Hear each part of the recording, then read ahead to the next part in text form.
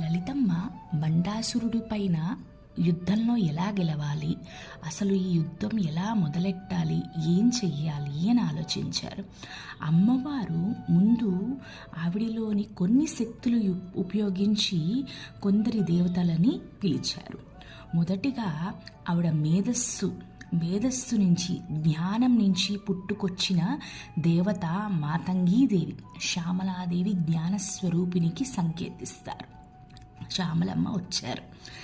తర్వాత అమ్మవారి అహం నుంచి దండనాదిని, వారాహి అమ్మవారిని పిలుస్తారు. ఎవరైతే తప్పులు చేస్తారో అమ్మ దండం పట్టుకునే దండిస్తుంది. మూడో ఆవిడ అమ్మ హృదయంలోంచి ఒక పువ్వులా వికసించిన ఒక 8 ఏళ్ల శక్తివంతమైన స్వరూపము బాలా త్రిపుర సుందరి. బాలమ్మ లలితమ్మ కూతురు